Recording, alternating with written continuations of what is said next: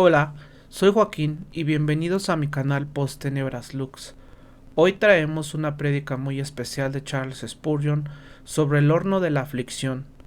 Vamos a descubrir cómo, incluso en medio de las pruebas más duras, Dios nos purifica, nos fortalece y nos acerca más a Cristo.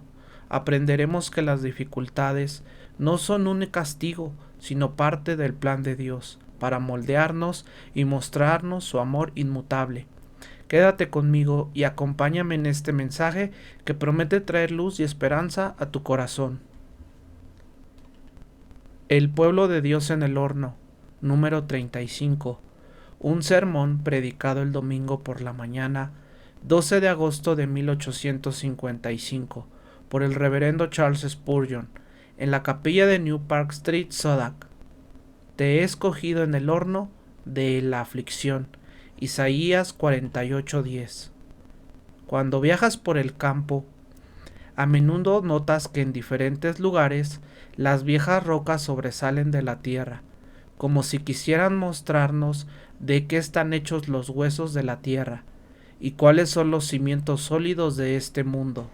Así también, al escudriñar las escrituras, encontrarás aquí instrucción, allá amonestación, en otro lugar reprensión y en otro consuelo, pero muy frecuentemente descubrirás las viejas doctrinas como rocas antiguas que sobresalen en medio de otros temas.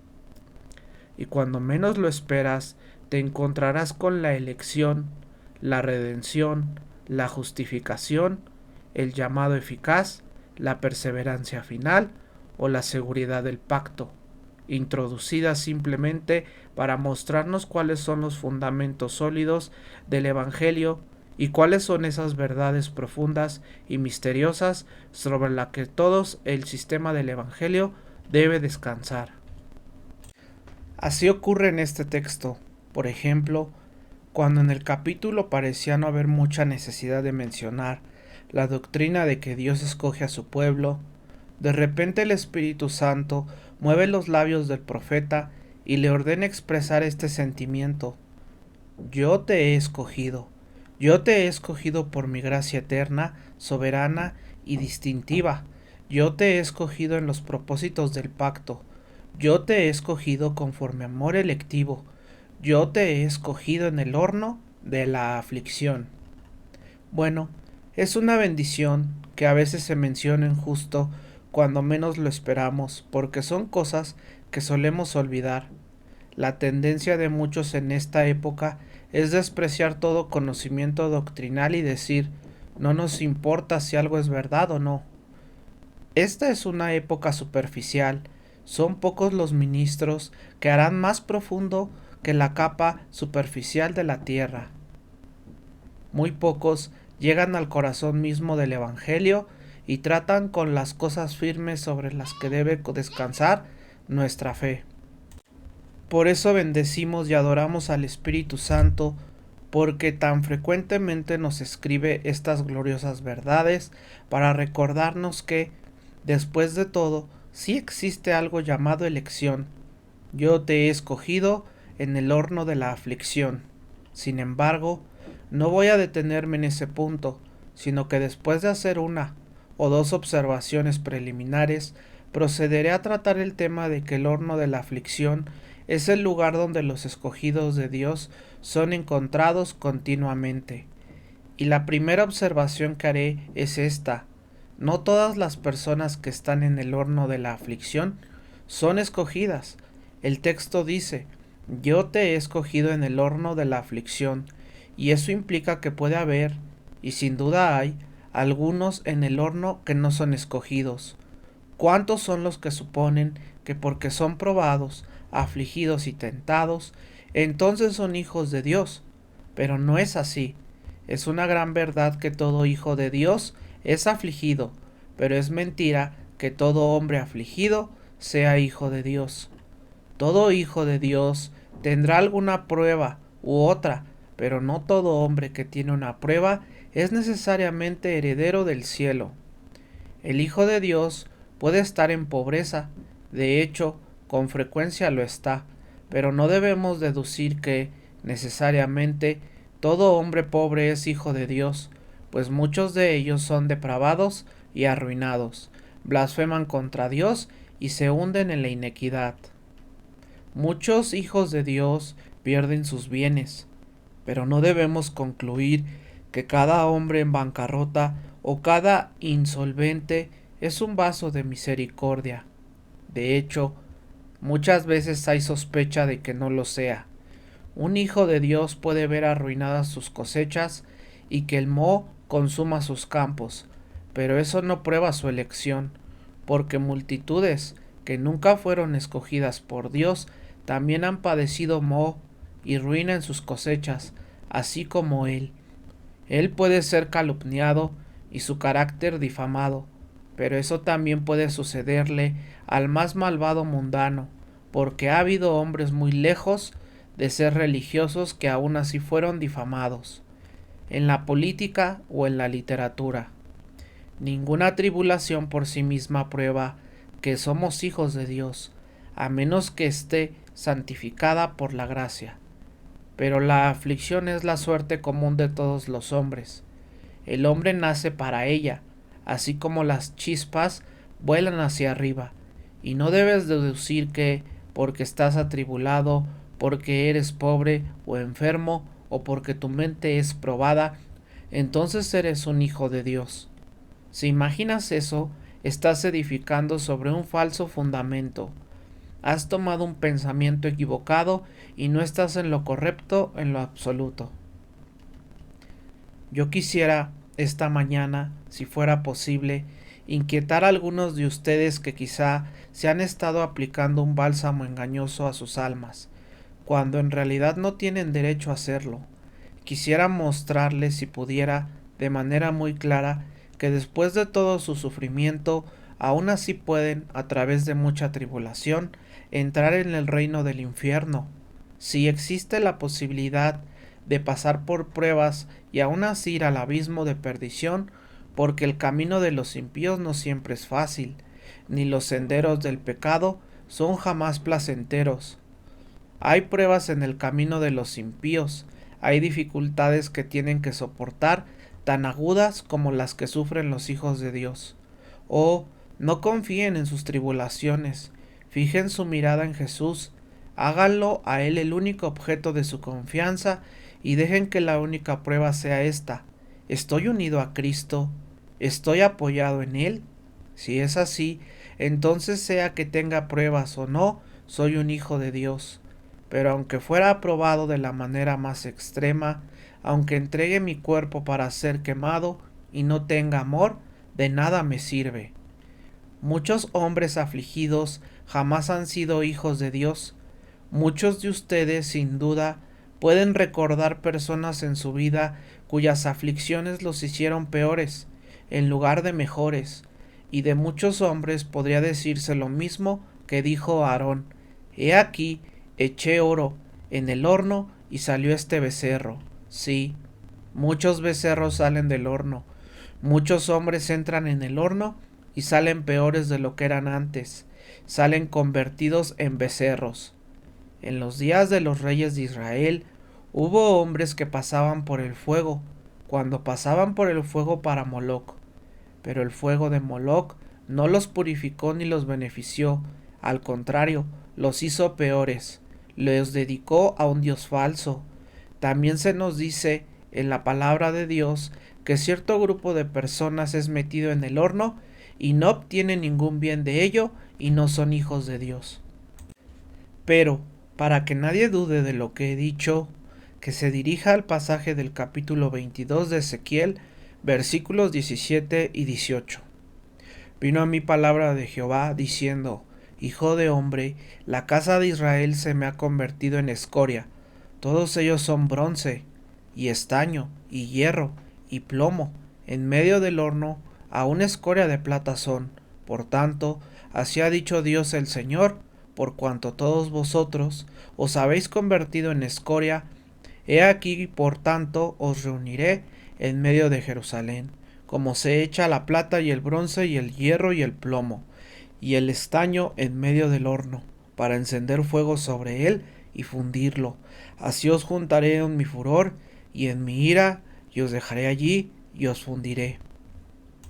Así que pueden ver que hay algunos que sienten el horno pero no son del Señor, algunos para quienes no hay promesa de liberación, algunos que no tienen esperanza de que por medio de ello se vuelvan más puros o más aptos para el cielo. Al contrario, Dios los deja allí como se deja la escoria, para ser consumidos por completo. Ellos tienen en la tierra el anticipo del infierno, y la marca del demonio se imprime en sus aflicciones aún aquí. Que ese pensamiento lo tomen en serio aquellos que están edificando su salvación sobre fundamentos falsos. Las aflicciones no son prueba de filiación, aunque la filiación siempre asegura aflicción. Pero la segunda observación preliminar que haré es sobre la inmutabilidad del amor de Dios hacia su pueblo. Yo te he escogido en el horno de la aflicción. Yo te escogí antes de que estuvieras aquí. Sí, yo te escogí antes de que tuvieras existencia, y cuando todas las criaturas estaban delante de mí, en la masa pura de la creación, y yo podía crear o no crear según mi voluntad, te escogí y te creé como vaso de misericordia destinado a la vida eterna.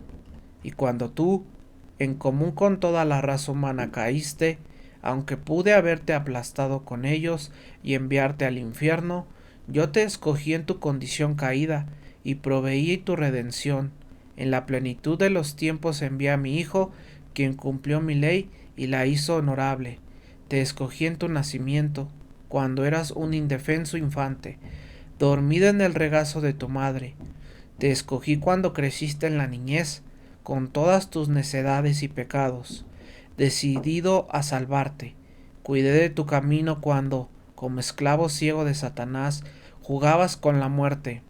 Te escogí cuando, ya en la adultez, pecaste contra mí con mano altiva, cuando tus desenfrenadas pasiones te lanzaban con furia hacia el infierno.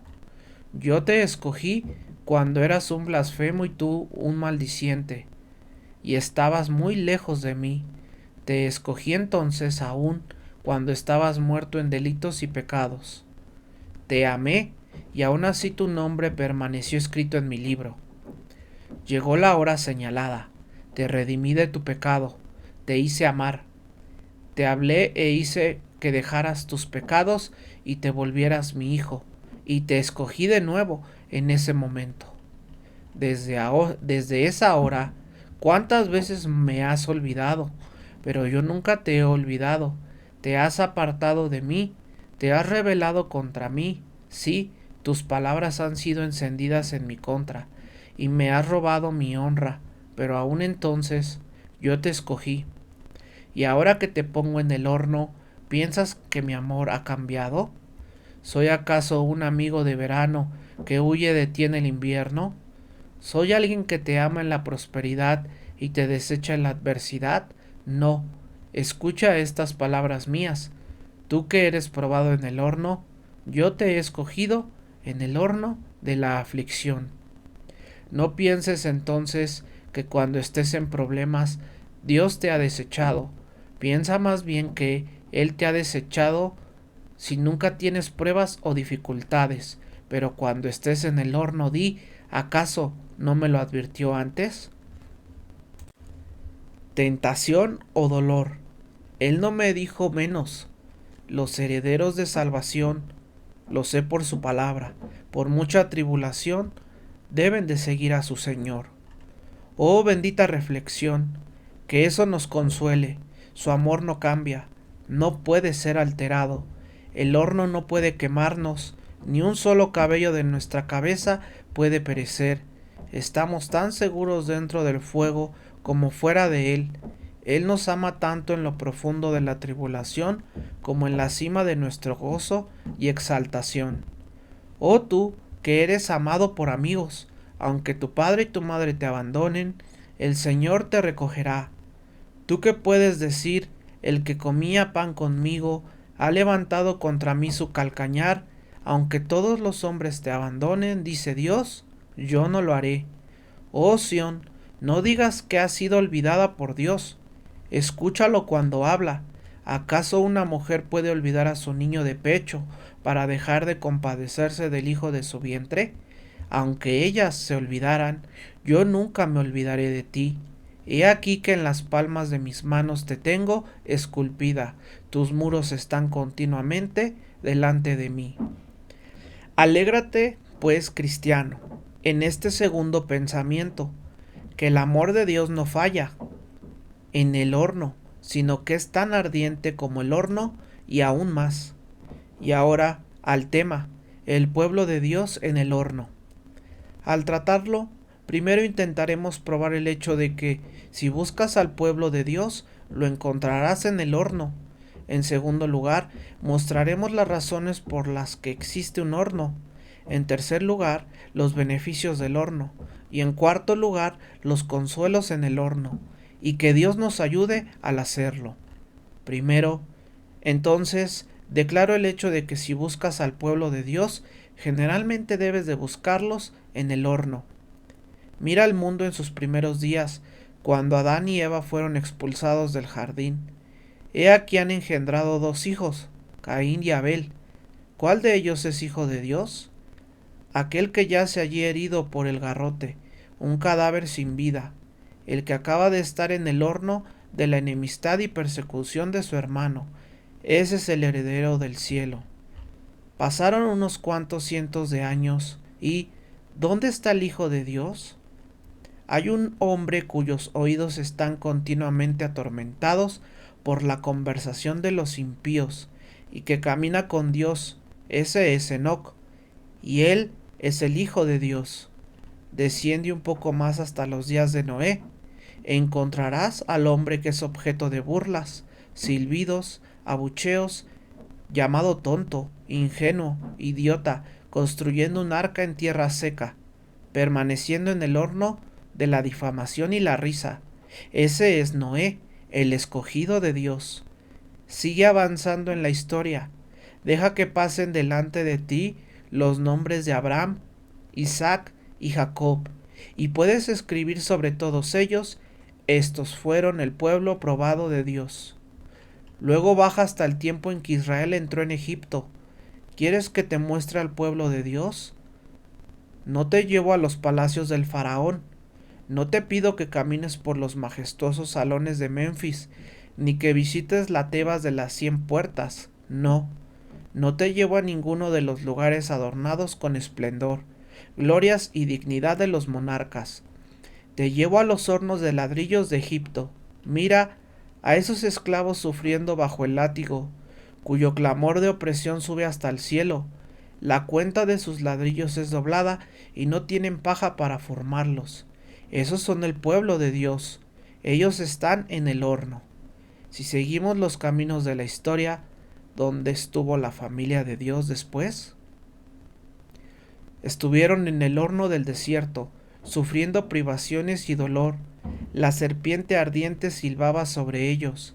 El sol los quemaba. Sus pies estaban cansados. Les faltaba agua. El pan les fallaba y solo les era provisto por milagro. No estaban en una posición deseable, pero en medio de ellos, pues no todos los de Israel son realmente Israel, se hallaban los escogidos, los que estaban más en el horno: Josué, hijo de Nun, y Caleb, hijo de Jefone, contra quienes el pueblo levantó piedras para apedrearlos. Estos eran los hijos de Dios. Estos se distinguieron por encima de sus compañeros como elegidos de entre la nación escogida. Pasemos más páginas benditas, avancemos por jueces y lleguemos al tiempo de Saúl. ¿Y dónde estaba el siervo de Dios entonces? ¿Dónde estaba el hombre a quien el rey quería honrar? ¿Dónde estaba el varón conforme al corazón de Dios? Estaba en el horno, vagando en las cuevas de En-Gadi, trepando por veredas de cabras, perseguido como un perdiz por un enemigo despiadado. Y después de sus días, ¿dónde estaban los santos? No en los salones de Jezabel, ni sentados a la mesa de Acab. Míralos, escondidos de 50 en 50 en cuevas, alimentados con pan y agua. Mira a ese hombre en la cima del monte, envolviendo su áspero manto alrededor de sí. A veces su morada estaba junto al arroyo murmurante, donde los cuervos le traían pan y carne. En otra ocasión, una viuda lo hospedaba, cuya única posesión era un poco de aceite y un puñado de harina. En el horno estaba Elías, el remanente del pueblo escogido de Dios. Recorre la historia entera. No necesito seguirla en detalle. De otro modo podría hablarte de los días de los macabeos, cuando los hijos de Dios fueron muertos sin número, con todo tipo de torturas hasta entonces desconocidas. Podría hablarte de los días de Cristo y señalar a los pescadores despreciados, ridiculizados, que luego se volverían apóstoles perseguidos. Podría avanzar hasta los días de la idolatría papista y mostrarte aquellos que murieron en las montañas o que sufrieron en los llanos. El paso del ejército de Dios puede rastrearse en las cenizas que dejaron tras de sí. El curso de la nave de la gloria puede seguirse por el resplandor blanco de sufrimientos que quedaron sobre el mar del tiempo, como una cometa que, al pasar en su gloria, deja tras de sí un resplandor por un instante. Así la Iglesia ha dejado tras ella hogueras ardientes de persecución y de tribulación. La senda de los justos está marcada en el pecho de la tierra. Los monumentos de la Iglesia son los sepulcros de sus mártires. La tierra ha sido arada con surcos profundos allí donde ellos vivieron. No hallarás a los santos de Dios donde no halle fuego de horno alrededor de ellos. Supongo que así será hasta la última edad, hasta que llegue ese tiempo en que nos sentemos bajo nuestra vid y nuestra higuera, sin que nadie nos atemorice ni se atreva a intentarlo.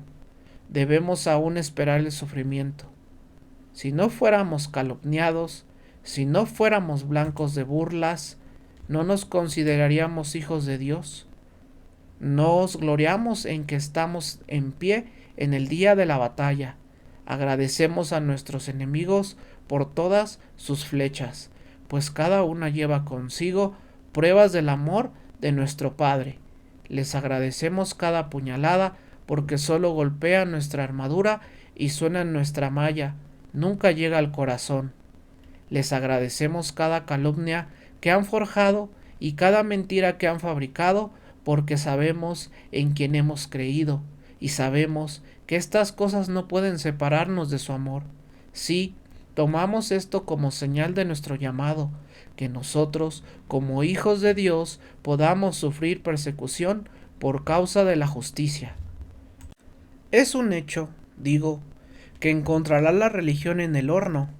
Si alguien me preguntara dónde hallará, en Londres, declaro que el último lugar donde pensaría buscarla sería en esa enorme estructura que sobrepasa un palacio en esplendor, donde ves hombres adornados con todos los juguetes que la ramera de Babilonia misma solía amar.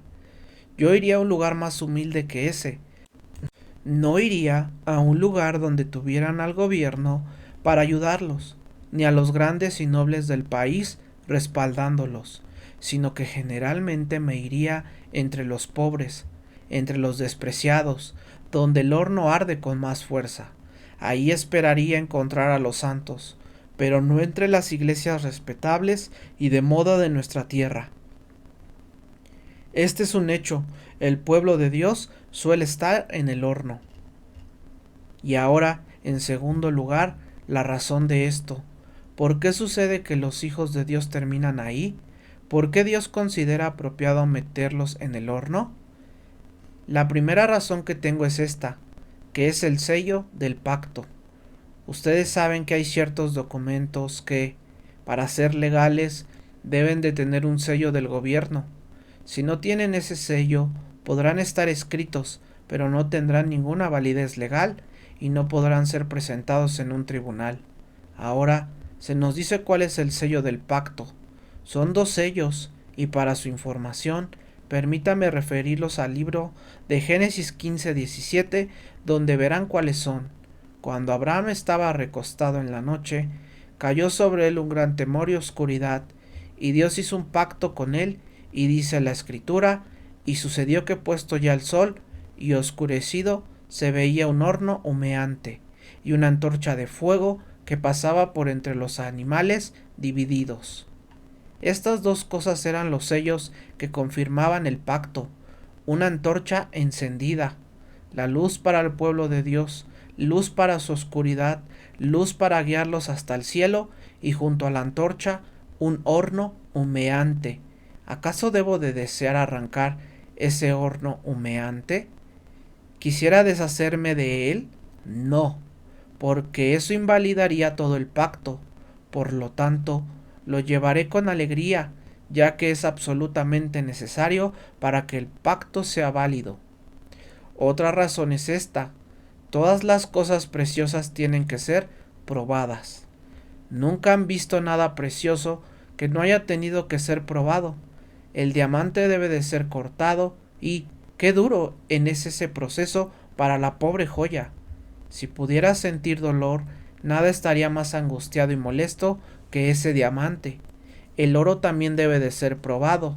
No se puede usar tal como se saca de la mina, ni en granos como se encuentra en los ríos. Tiene que pasar por el crisol y que se le quite la escoria. La plata debe de ser probada. De hecho, todo lo que tiene algún valor debe de soportar el fuego. Es una ley de la naturaleza. Salomón nos lo dice en Proverbios 17:3. El crisol prueba la plata y el horno al oro. Si no fueras más que estaño, no habría necesidad de que pasaras por el crisol, pero es precisamente porque eres valioso que debes de ser probado. Era una de las leyes de Dios escrita en Números 31:23. Todo lo que pueda resistir el fuego, por el fuego lo haréis pasar y será limpio. Es una ley de la naturaleza y es una ley de la gracia, que todo lo que pueda resistir el fuego, todo lo que es precioso, debe de ser probado. Tengan la seguridad de esto: lo que no resiste la prueba no vale la pena. ¿Acaso escogería yo predicar en esta casa si pensara que no resistiría la prueba de una gran congregación, sino que un día se tambaleara y se derrumbaría? ¿Construiría alguien una puente de ferrocarril que no soportara el peso de los trenes que cruzaran por él? No, usamos cosas que resistan la prueba. De lo contrario, las consideraríamos sin valor.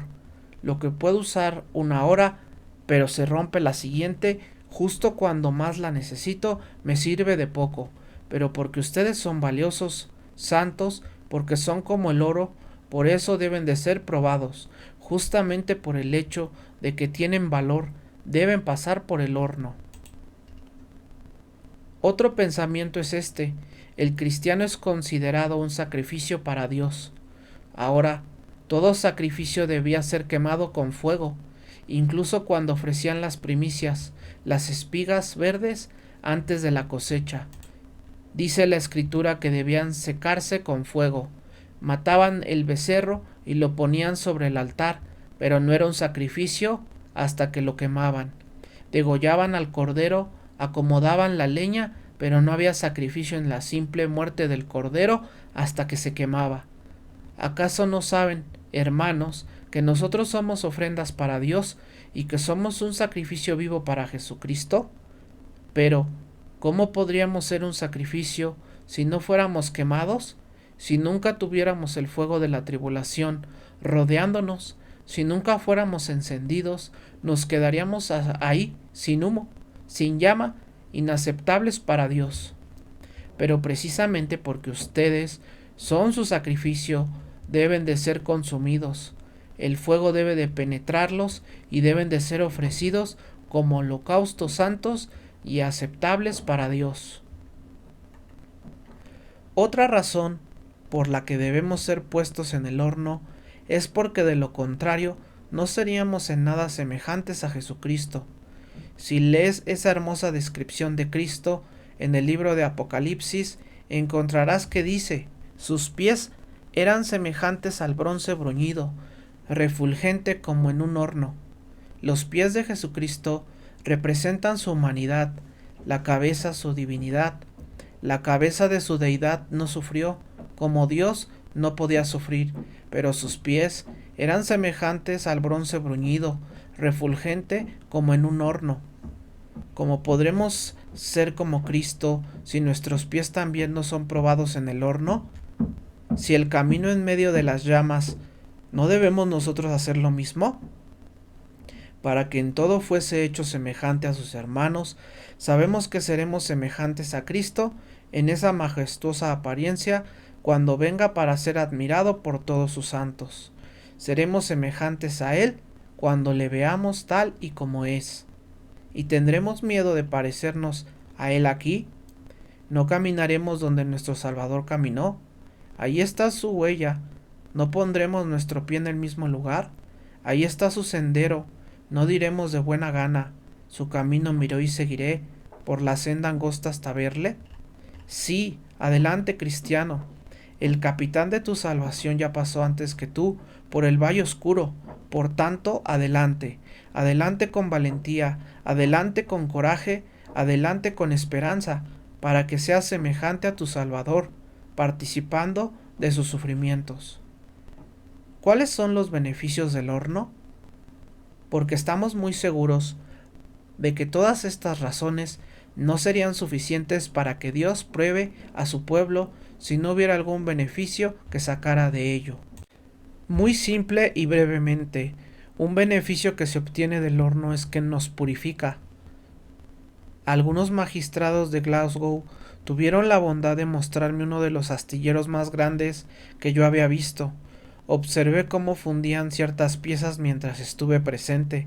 Vi que ponían el metal en el crisol y después de someterlo a un calor intenso, lo vertían como agua en los moldes, pero primero removían las impurezas de la superficie. Pero la escoria nunca habría subido a la superficie si no fuera por el fuego. No podían sacar la escoria si el metal no era puesto en el horno y derretido. Ese es el beneficio del horno para el pueblo de Dios. Los derrite, los prueba y los purifica. Se deshacen de su escoria y así podemos librarnos de ella. Bien podemos estar dispuestos a sufrir toda la miseria del mundo. El hombre gravemente enfermo puede resistirse mucho tiempo antes de aceptar que el bisturí del doctor sea usado en él, pero cuando la muerte se acerca a su lecho, finalmente dirá: lo que sea, médico, lo que sea, cirujano, con tal de que quite esta enfermedad, corte lo profundo que quiera.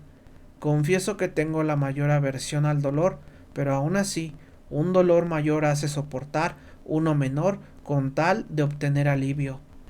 Y como el pecado es un dolor para el pueblo de Dios, un tormento cansado, estarán dispuestos, si es necesario, a que les sea cortada la mano derecha o arrancado el ojo derecho, antes que, teniendo dos manos o dos ojos, sean echados en el fuego del infierno. El horno es un buen lugar para ti, cristiano, te beneficia, te ayuda a parecerte más a Cristo y te está preparando para el cielo.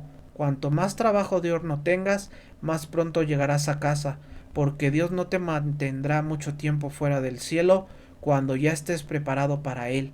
Cuando toda la escoria haya sido consumida y el estaño se haya ido, dirá: traigan aquí a ese lingote de oro, no guardo mi oro puro en la tierra, lo pondré con mis joyas de corona en el lugar secreto de mi tabernáculo celestial.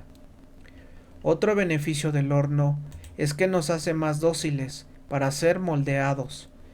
Que un herrero tome un pedazo de hierro frío, lo ponga sobre el yunque y descargue su pesado martillo con tremenda fuerza para darle forma.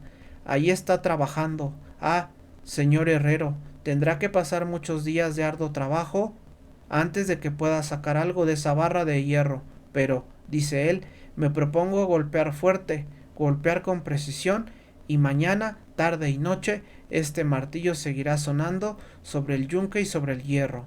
Ah, puede ser así, señor herrero, pero de nada servirá. Puedes golpear el metal eternamente mientras esté frío, y no serás más que un necio por tus esfuerzos. Lo mejor que podrías hacer sería meterlo en el horno.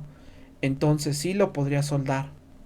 Entonces sí, lo podrías derretir por completo y verte en un molde y tomaría la forma que quisieras. ¿Qué podrían hacer nuestros fabricantes si no pudieran fundir el metal que usan? No podrían hacer ni la mitad de las cosas que vemos a nuestro alrededor si no fueran capaces de licuar el metal y luego moldearlo. No podrían haber hombres de bien en el mundo si no existiera la aflicción. Ninguno de nosotros podría ser útil si no pudiéramos ser probados por el fuego. Tómame como soy, un pedazo de metal en bruto, muy áspero, duro y severo. Puedes educarme en mi niñez con la vara, puedes instruirme en mi adultez con el temor al juez y el miedo a la ley, pero con todos tus golpes y castigos, lo único que logrará es hacer de mí un pobre miserable. Pero si Dios me toma en sus manos y me pone en el horno de la aflicción, y me derrite con la prueba, entonces Él sí puede formarme conforme a su gloriosa imagen, para que al final sea recogido con Él en lo alto. El horno nos vuelve maleables. Podemos ser mejor vertidos, moldeados y entregados a la doctrina cuando hemos sido probados. El horno es muy útil para el pueblo de Dios porque ahí reciben más luz que en cualquier otro lugar. Si viajas por los alrededores de Birmingham o en otros distritos manufactureros, te llamará la atención de noche el resplandor que arrojan todos esos hornos. Es la iluminación honorable del trabajo. Tal vez esta idea vaya un poco aparte del tema, pero creo que no hay lugar donde aprendas tanto ni donde se nos arroje tanta luz sobre la escritura como en el horno. Lee una verdad en tiempos de esperanza, léela en paz, léela en prosperidad y no sacarás grande cosa de ella, pero métete dentro del horno y nadie sabe qué resplandor tan intenso hay allí sino el que lo ha vivido. Entonces así podrás deletrear las palabras difíciles y entender mucho más de lo que jamás entenderías fuera de él. Un uso más del horno, y este lo digo para beneficio de quienes odian al pueblo de Dios, es que sirve para traer plagas sobre nuestros enemigos.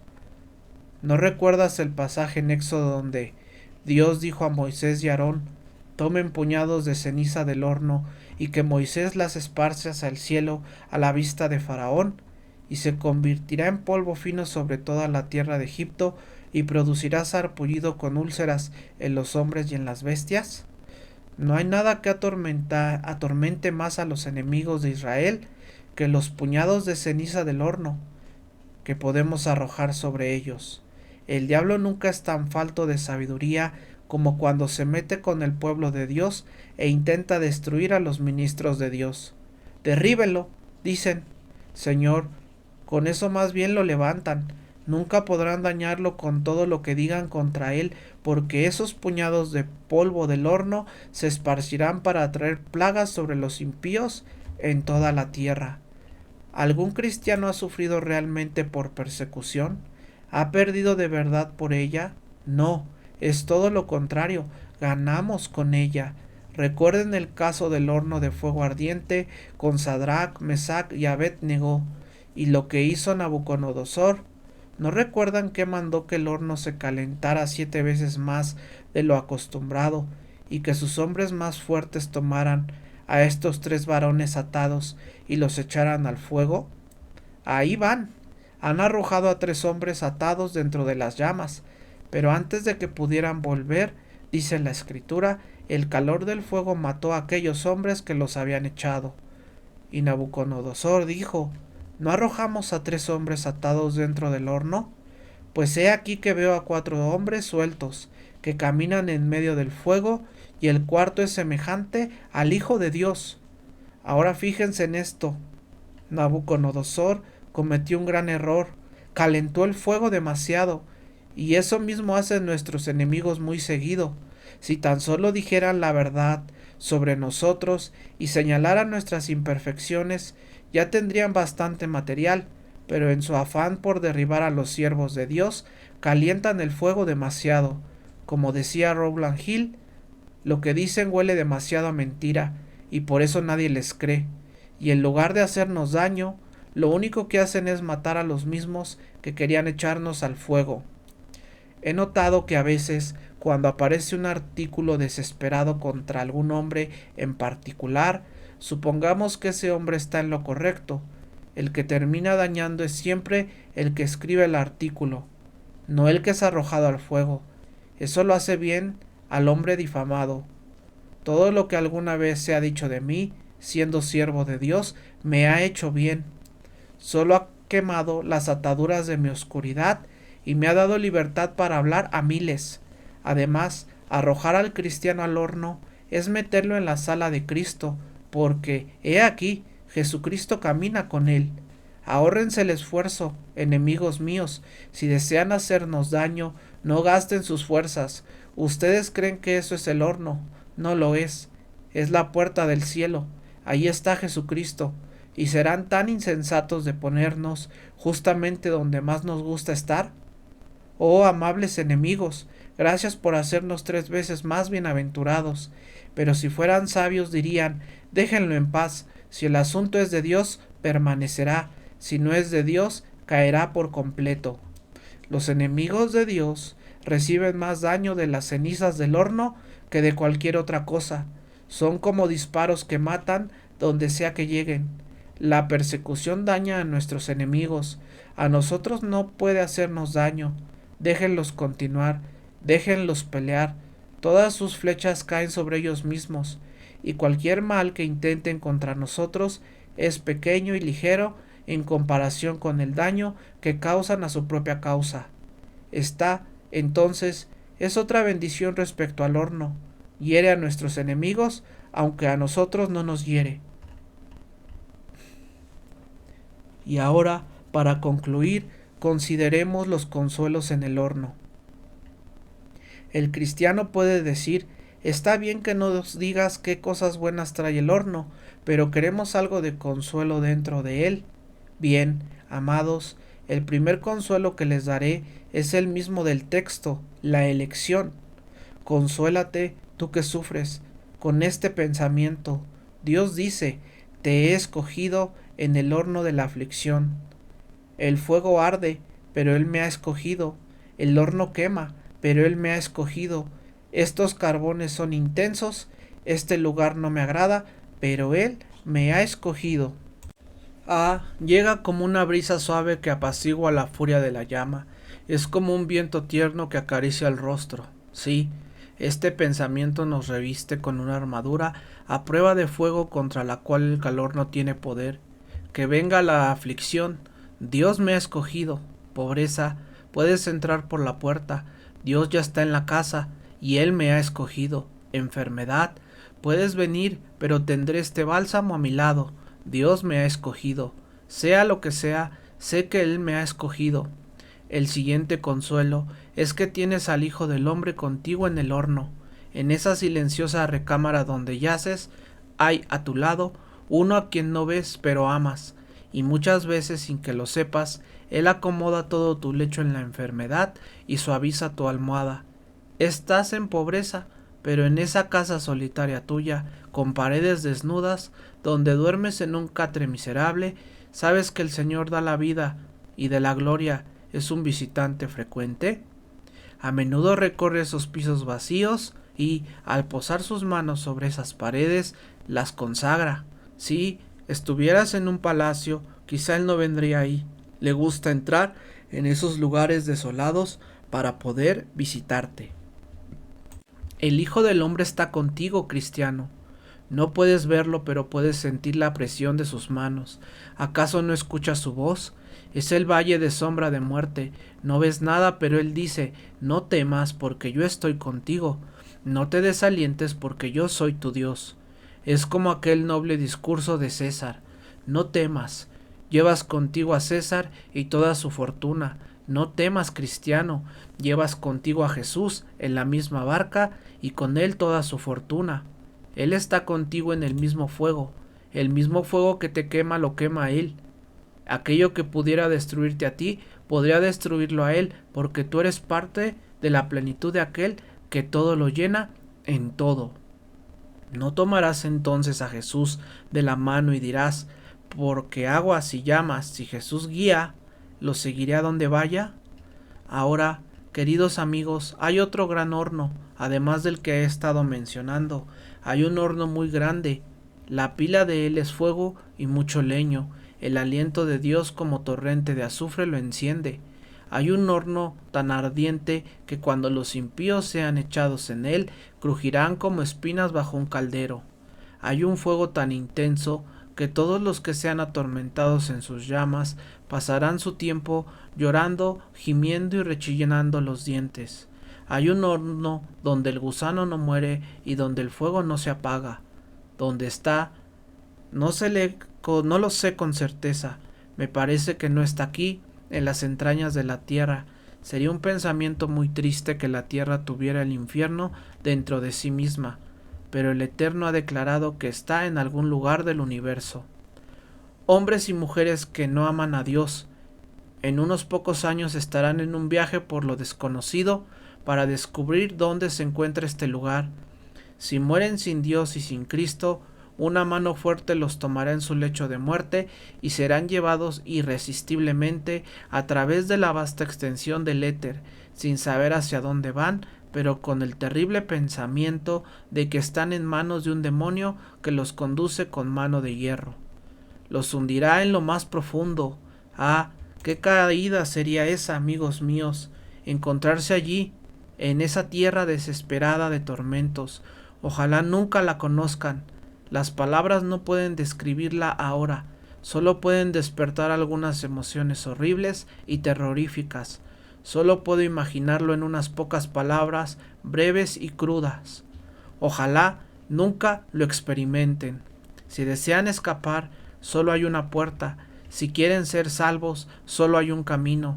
Si quieren entrar al cielo y escapar del infierno, solo hay una ruta. Cree en el Señor Jesucristo y será salvo. El que cree y es bautizado será salvo, mas el que no cree será condenado.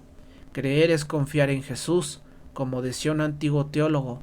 La fe es recostarse sobre Cristo. Pero es un término complicado. Lo que quiso decir es que la fe es descansar sobre Cristo, como un niño se recuesta en los brazos de su madre, como un marinero confía en su barco. Así es la fe. Como un anciano se apoya en su bastón, así es la fe. Donde hay confianza hay fe. La fe es confiar. Confía en Jesús. Él nunca te engañará. Arriesga todo en Él. Confía plenamente, que ninguna otra confianza se interponga. Solo Jesús puede hacer bien a los pecadores desamparados. Así podrán escapar del horno de fuego en el que el hombre impío será arrojado. Que Dios los bendiga a todos por amor a su nombre. Amén. Gracias por acompañarme en esta prédica de Charles Spurgeon. Recuerda que aunque estés pasando por pruebas, Dios te ha elegido, te ama y nunca te abandona. Las aflicciones son herramientas de su gracia para moldearnos y acercarnos a Él. Soy Joaquín de Post Tenebras Lux y te invito a seguir explorando juntos estas enseñanzas que transforman vidas. Nos vemos en el próximo video. Hasta luego.